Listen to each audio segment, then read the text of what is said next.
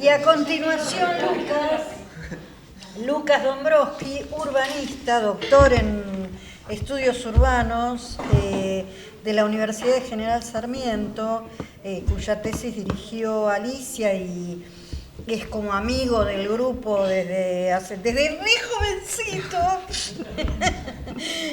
Va a presentar algunas cosas de las que hizo para su tesis, tiene un trabajo de dibujo súper interesante que se llama Mapeos para comprender nuevos y viejos territorios, asentamientos populares y expansión metropolitana. Gracias, Graciela. Bien, mi tesis dirigida por Alicia Novik se interpela respecto de los asentamientos populares en el borde del área metropolitana de Buenos Aires. Hice un trabajo con el corte temporal 2003-2015 y ahora con la beca CONICET postdoctoral continúo en esa investigación ampliando el corte temporal, ¿no? El abordaje que le di fue respecto de tratar de dar cuenta del proceso de urbanización popular considerando las formas urbanas y los actores que están por detrás.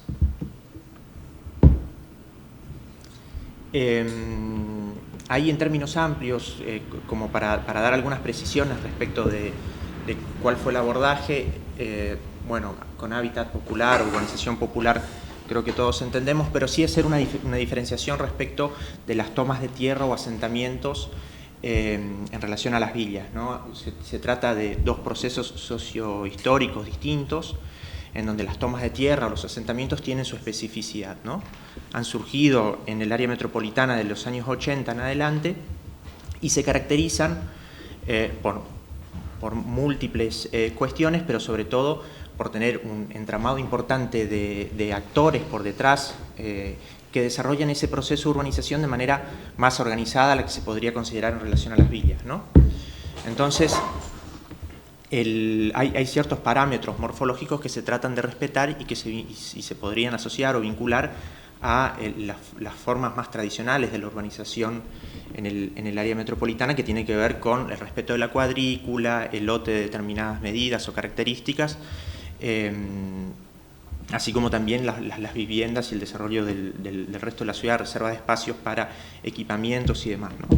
Entonces, un poco desde eso que constituye el objeto de estudio, ¿no? Las tomas de tierra, los asentamientos, desde sus formas, la pregunta o lo que trabajábamos era interpelarnos respecto de cómo eran esas formas urbanas desde su especificidad, tratando de captar algunas cuestiones que iban un poco más allá de esa idealización que hay respecto de estas, ¿no? Entonces ahí trabajamos desde la idea de territorios de asentamientos en el borde del área metropolitana y un poco la pregunta era en ese sentido, ¿no? Cómo dar cuenta de eso. Como les digo, hay una mirada que tiene que ver mucho en relación a los actores que están por detrás en el proceso de urbanización popular, pero lo que vamos a hacer es centrarnos en los aspectos morfológicos, ¿no? De las formas urbanas. Sabemos que hay muchísimos estudios respecto de morfología, sobre todo en relación a las villas en particular, pero el abordaje generalmente es en términos de, cuáles son las relaciones que se dan entre, entiendo que los arquitectos saben a qué nos referimos cuando hablamos de morfología, pero entiendo que hay como distintas miradas acá, cómo son esas relaciones entre las edificaciones, las parcelas, los trazados, ¿no? El elemento que incorporábamos acá en la lectura era tratar de ver ese proceso desde esas cuestiones más efímeras que son más difíciles de captar, ¿no? Cómo se da esa ocupación desde las carpas que se instalan originalmente, cómo se va evolucionando hacia la casilla, hacia las viviendas de materiales, qué ocurre con esos lotes que permanecen vacíos a lo largo del tiempo, y lo mismo en relación a los trazados, en relación a los lotes y las edificaciones, ¿no? Siempre en este juego de relaciones entre los distintos elementos.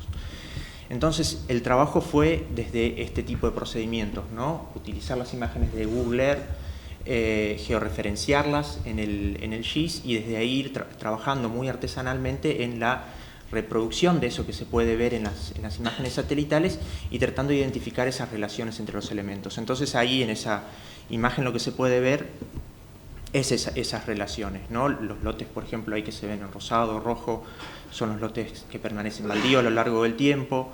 Las edificaciones precarias en relación con los lotes muestran los lotes verdes. Las edificaciones que están construidas pero sin techar y por tanto sin ocupación efectiva se ven en color naranja, y las que están en gris son las que tienen una ocupación efectiva de las familias, ¿no? Y esto es algo que pudimos ir identificando como con particulares, con sus particularidades a lo largo del proceso y según los distintos barrios y la organización que estaba por detrás, ¿no? Desde ese lugar, este abordaje lo que permite ver o dar cuenta de los distintos recursos, estrategias de los actores, ¿no? En el proceso de construcción de los barrios. Bueno, partimos de un análisis a nivel metropolitano. Vos me decís, Graciela, cómo voy con los tiempos. Sí, por favor. Que partía un poco de considerar dónde se daban las tomas de tierra de los años 80. También tenés 14 minutos. Bueno, vamos. ¿Dónde se daban esas ocupaciones a nivel metropolitano desde los años 80, recurriendo un poco a la bibliografía, tratando de dar cuenta de cómo es este fenómeno que es un fenómeno de borde urbano, ¿no? Y cómo se ha dado, bueno, en el corte temporal que estábamos estudiando, que es desde principios de los 2000, ¿no? Y diferenciándolo siempre de las villas que tienen otras características y que, como se pueden ver aquí en el mapa, bueno, se concentran sobre todo en municipios del primer cordón y la Ciudad de Buenos Aires, mientras que las tomas de tierra se dan en municipios del borde metropolitano y particularmente en el periodo de estudio en esos 5 municipios que se ven ahí, ¿no? José de Paz, Moreno, La Matanza, Florencio Varela y Almirante Brown, en donde se han concentrado esas tomas de tierras, y es en gran medida lo que nosotros planteamos que se han constituido como en esos territorios de asentamientos con sus características y con una serie de actores por detrás, ¿no? Bueno, y ahí rápidamente voy a un caso de estudio que de alguna manera ilustra esas diferencias en el análisis desde las formas urbanas. Estos esquemas dan cuenta de cómo fue cambiando cómo fue cambiando ese territorio, desde la construcción de distintos barrios. Ahí podemos ver 2 barrios, Los Cedros, 18 de julio, por ejemplo, que consistió en una ocupación progresiva y organizada con una serie de familias atrás, en asociación o en gran medida con el acompañamiento de organizaciones comunitarias, en este caso la Iglesia Católica, de un modo asimilable, si se quiere, a las formas más tradicionales que se dan en los años 80, donde había un acompañamiento de la Iglesia Católica en el proceso de ocupación y de construcción del barrio, ¿no? Y que tiene por detrás una organización específica, ¿no? El respeto de la cuadrícula, la reserva de espacios para el desarrollo de equipamientos a futuro. Un segundo momento que tiene que ver ya con una intervención más fuerte del gobierno municipal en ese momento, desde un instituto autárquico del municipio, en relación con una asociación civil, en este caso, que acompañó también el proceso de construcción del barrio, y una serie de reservas de espacios para equipamientos, pero también el desarrollo de equipamientos comunitarios y demás, seguido de una serie de relocalizaciones, que en algunos casos tuvieron por detrás también el desarrollo de servicios básicos de saneamiento y agua de manera desvinculada, ¿no?, de la red general. Y un tercer momento que está más asociado a otros actores que son un emergente a nivel nacional, por lo menos en la última década, que tiene que ver con los desarrolladores o promotores inmobiliarios de un mercado de suelo y vivienda que es cada vez más importante en el borde del área metropolitana de Buenos Aires, ¿no? Entonces, en el crecimiento de este borde metropolitano a partir de las distintas ocupaciones y la construcción de los distintos barrios, lo que se puede ver es, bueno, distintas articulaciones de actores en distintos momentos y que por detrás guardan también cierta especificidad en cuanto a las formas urbanas, que ahora las vamos a ver desde esos 3 momentos, ¿no? Ahí pueden ver en el esquema de la derecha, el más grande, tiene una serie de barrios que se dieron entre el 2011 y el 2012. El 23 de diciembre, por ejemplo, se dio esa fecha del 2011, por eso lleva ese nombre. Después tenemos el 5 de enero, que se dio a principios del 2012, y el 3 de febrero, que también se dio en esa fecha. Son 3 barrios que se dieron a lo largo de 2 meses nada más y que implican un crecimiento enorme, ¿no?, la expansión ahí de las tomas, ¿no? Bueno, entonces, tratando de dar cuenta un poco de lo que les explicaba antes, aquí se puede ver esa ocupación que podríamos asociarla a la idea más romántica respecto de las tomas de tierra, ¿no? Familias organizadas que ocupan los lotes, se organizan en la definición del lote, en la construcción de la vivienda y el desarrollo de esto de manera progresiva, ¿no? Una vivienda por lote y el barrio crece de ese modo, ¿no? Bueno, ahí en la tesis dábamos cuenta de distintas cuestiones, ¿no? Crecimiento, relaciones entre parcelas y edificaciones, cambio entre las parcelas y las edificaciones, que por ahí no lo vamos a ver tan en concreto, pero que de algún modo nos permitían ir estableciendo esas diferencias. Si se quiere, esta es una imagen muy ilustrativa de cómo se da ese proceso, ¿no? Desde la vivienda muy precaria, desde la casilla o desde la carpa en donde resisten y viven los primeros días a la construcción progresiva de las viviendas, ¿no? Pero acá lo que hay es una ocupación efectiva de cada uno de los lotes y una organización colectiva que está por detrás a nivel barrial, ¿no? Una segunda instancia que tiene que ver con este desarrollo de lotes con servicios y luego una serie de relocalizaciones de población en el sector que de algún modo fue impulsado por el propio municipio y una asociación civil, que tuvo, bueno, otras características en cuanto a la regularidad, ¿no? Aquí se puede ver una forma de parcelamiento más compleja, como se ven en las plantas de las manzanas ahí.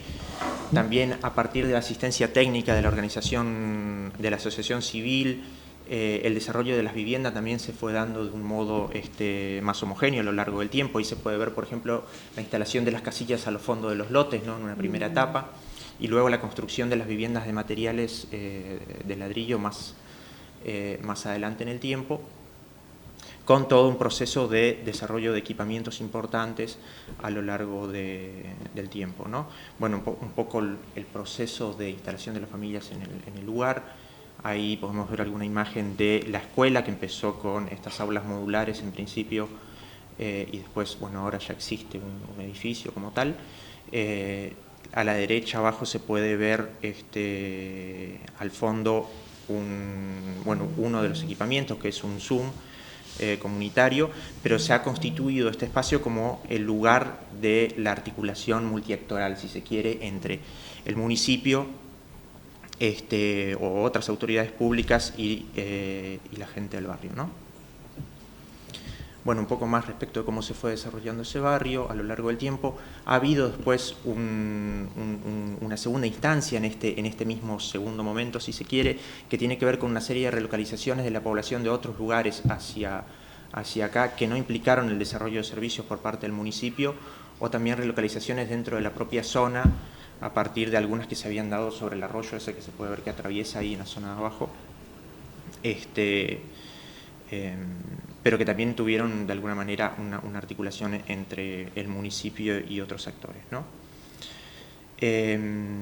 Y después de esto se empieza a dar a partir del 23 de diciembre, como decíamos, a fines del 2011, una primera ocupación que partió de un modo muy precario, de una serie de familias que se instalaron en una zona alta entre cavas, y que después empezó a darse a partir de una expansión a partir de loteos, ¿no? Y ahí se puede ver en la serie de la derecha, 2011, 2012, 2015, cómo se fue dando ese proceso de la ocupación más precaria, si se quiere, y en donde cada uno de los lotes estaba con familias viviendo, a un proceso en donde cada vez se dieron más loteos,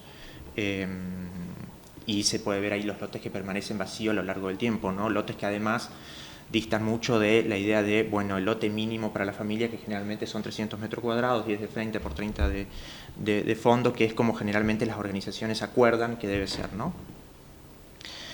Y tiene que ver con estos nuevos actores vinculados en algunos casos al crimen organizado, pero muchas veces también asociados a directamente la ocupación para la venta, ¿no? De los terrenos y la producción también de vivienda para la venta, ¿no? Ya casi en el sentido de un mercado inmobiliario un poco más desarrollado, ¿no? Bueno, luego de la ocupación del 23 de diciembre, que es ese pequeño espacio que se puede ver ahí abajo, también se dio un loteo clandestino que guarda otras características, ¿no? Mayor regularidad porque es planificado con agrimensores y demás, una ocupación también muy dispara a lo largo del tiempo, se ven viviendas que van consolidándose y otros lotes que permanecen vacíos. Acá mucha más capacidad de desde quienes compran los lotes y desarrollan sus viviendas respecto de cómo pasaba antes.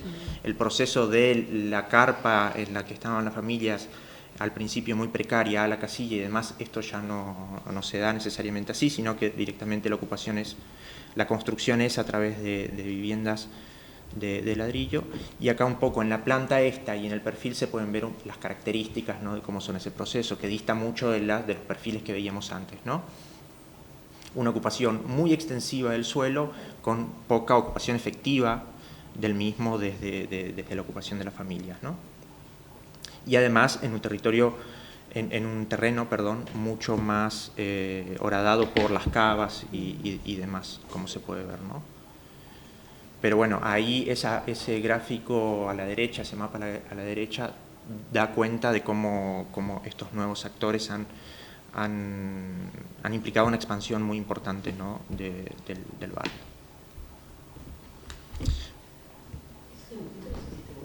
Sí. Todo. Después va a venir Malena a analizar cómo sale a dibujar. ¿Y las Blix? ¿Qué? Las Blix. Queremos Sí, fotos todas de- Son las Blix de Lucas. las Blix las tiré todas. Quedaron estos. ¿De verdad tiraste todos los dibujos? No, sí, los dibujos sí se pierden, pero quedaron impresos, digamos. Bueno, un poco estas imágenes dan cuenta de ese proceso más reciente, ¿no? Que tiene que ver con, si se quiere, unos barrios vaciados. Sí hay que decir, bueno, esta imagen también es muy ilustrativa, ¿no? De ese proceso más extensivo y de baja densidad que se dio. Pero en términos generales hay que decir que a lo largo del tiempo este barrio se ha ido consolidando, la organización comunitaria generalmente va ganando terreno frente a estas organizaciones más vinculadas a la especulación o a los loteos. Es decir, que la organización vecinal va construyendo espacios, va construyendo articulaciones, y esa intervención en un principio en el centro de la zona por parte del municipio con las asociaciones civiles se constituyó como un espacio importante de reserva de áreas para equipamientos que luego se han ido desarrollando, ¿no? Para no terminar con los malos ganando la historia, ¿no? Está abierto. Sí. Bueno, entonces algunas reflexiones sobre los mapeos de asentamientos populares. Decíamos que se tratan de territorios muy específicos que desde la lectura de las dinámicas de ocupación a nivel metropolitano que hemos considerado, estos se dan en lugares muy específicos. Eso dista de las lecturas que se suelen hacer respecto de los registros públicos de villas y asentamientos, por ejemplo, que dan cuenta de los mapas independientemente de, bueno, si se trata de un barrio que tiene 50 años o es un barrio reciente. Me parece que ahí es importante rescatar cómo se da esa dinámica en el borde metropolitano. Y qué está por detrás, un poco también lo considerábamos ahí, desde, bueno, cuáles son los vínculos con las organizaciones sociales, con los municipios. Algunos municipios tenían en relación a estos procesos una serie de instrumentos y de políticas más permisivas en los procesos de urbanización y de acompañamiento a los sectores populares. En otros casos pasaba porque había cierto territorio liberado para que se den las ocupaciones. Había otros municipios que no tenían ocupaciones, pero que también eran reconocidos por ser represores de las ocupaciones, ¿no? Y generalmente incentivaban o apoyaban los desalojos. Entonces, de alguna manera, a nivel metropolitano, desde esas lecturas se puede dar cuenta de que se trata de territorios muy específicos y que tienen sus dinámicas y sus actores por detrás, ¿no? Bueno, y ahí decíamos, más allá de las ideas de regularidad que se pueden presentar en relación a los procesos de tomas, ¿no? Esta idea más, este sentido más idealizado o más romantizado de las tomas de tierras, podemos advertir que se juegan por detrás diversas modalidades de ocupación y de construcción de los barrios, ¿no?